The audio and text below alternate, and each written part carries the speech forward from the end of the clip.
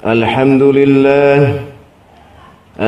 لله الذي خلق الخلق على إطلاق فاتر السماوات والأرض وباسط الأرزاق أشهد أن لا إله إلا الله الملك الخلاق وأشهد أن سيدنا محمدا عبده ورسوله المبعوث لتتميم مكارم الأخلاق اللهم صل وسلم على سيدنا محمد وعلى آله وصحبه صلاة وسلاما دائمين متلازمين إلى يوم التلاق أما بعد فيا أيها الهادرون اتقوا الله حق تقاته ولا تموتن إلا وأنتم مسلمون. Kaum muslimin jamaah Jum'ah yang berbahagia, marilah kita bertakwa kepada Allah, berpegang teguh kepada ajaran Allah dan mengikuti tuntunan Rasulullah. Agama Islam yang dibawa Rasulullah tidak mengajarkan manusia melakukan perbuatan munkar yang tidak mempunyai nilai akhlak yang luhur. Tetapi sebaliknya, Islam menyuruh manusia berakhlak karimah, berbudi, beradab sempurna yang memperoleh faidahnya. Di antara perangai-perangai yang luhur itu, ada yang kembali faedahnya kepada pribadi pemiliknya, seperti berlaku jujur, tiada berdosa, tidak berbuat maksiat, dan ada yang bermanfaat bagi masyarakat umumnya, seperti bersedekah, bermurah tangan, memberi pertolongan, dan lain-lain sebagainya. Allah Subhanahu wa taala berfirman, A'udzu billahi minasyaitonir rajim.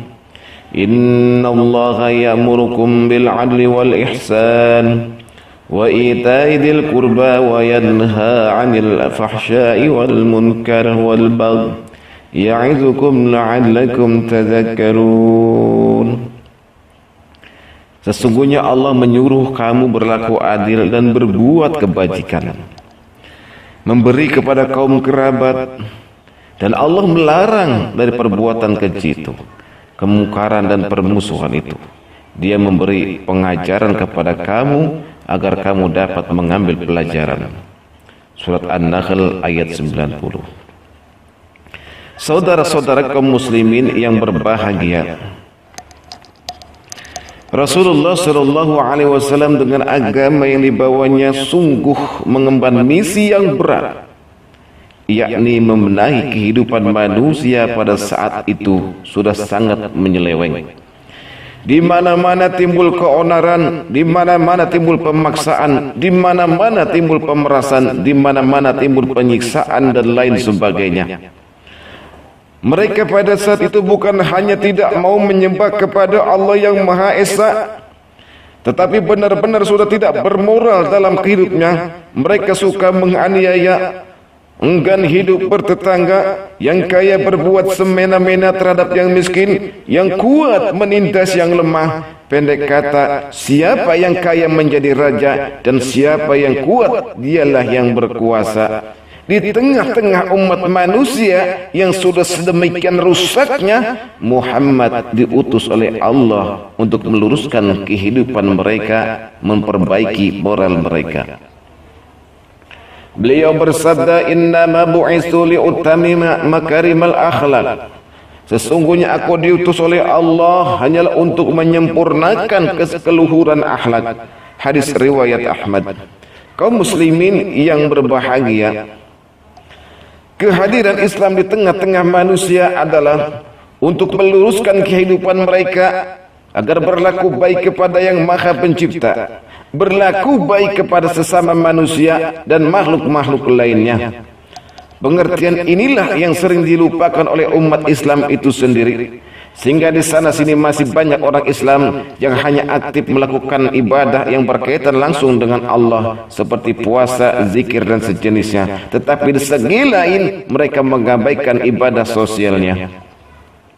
Kurangnya perhatian mereka dalam mengurusi ibadah sosial ini lantaran mereka belum begitu mengerti keutamaannya. Padahal kita tentu memaklumi bahwa jalan untuk memperoleh pahala yang dapat mengantarkan seseorang masuk surga banyak sekali. Ibadah apapun bentuknya, baik yang berkaitan dengan hak Allah maupun yang berkaitan dengan hak manusia, semuanya tentu dapat menghasilkan pahala asal ibadah tersebut disertai dengan keikhlasan. Allah Subhanahu wa taala berfirman, "Innallaha la yadhlimu mithqala dzarratin wa in taku hasanatan yudha'ifha wa yu'ti min ladunhu ajran 'azima." Sesungguhnya Allah tidak menganiaya seseorang walaupun sebesar zarah. Dan jika ada kebajikan sebesar zarah, niscaya Allah akan melipat gandakannya dan memberikan dari sisinya pahala yang amat besar. Surat An-Nisa ayat 40.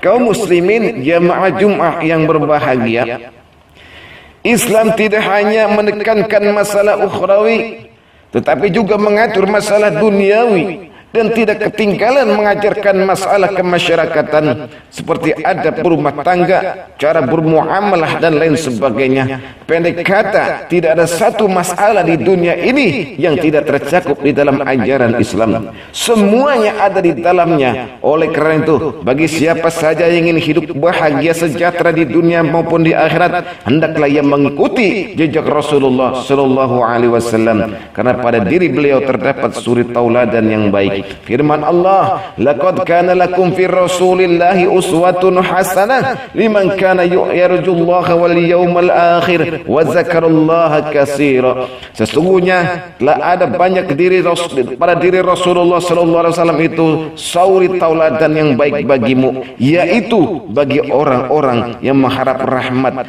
Allah taala dan kedatangan hari kiamat, dan dia banyak menyebut Allah. Surat Al-Ahzab ayat 21.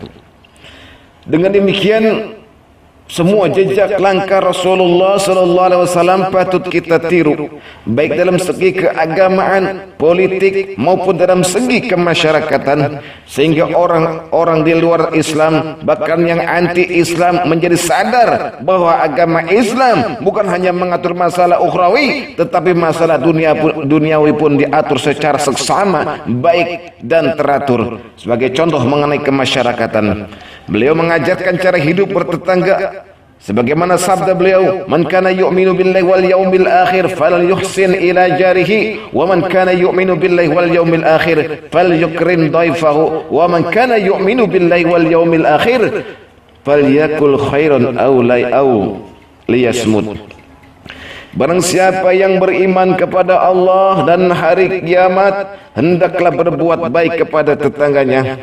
Dan barang siapa yang beriman kepada Allah dan hari akhir, hendaklah menghormati tamunya. Dan barang siapa yang beriman kepada Allah dan hari akhir, hendaknya berkata yang baik atau hendaklah ia diam. Hadis riwayat Muslim.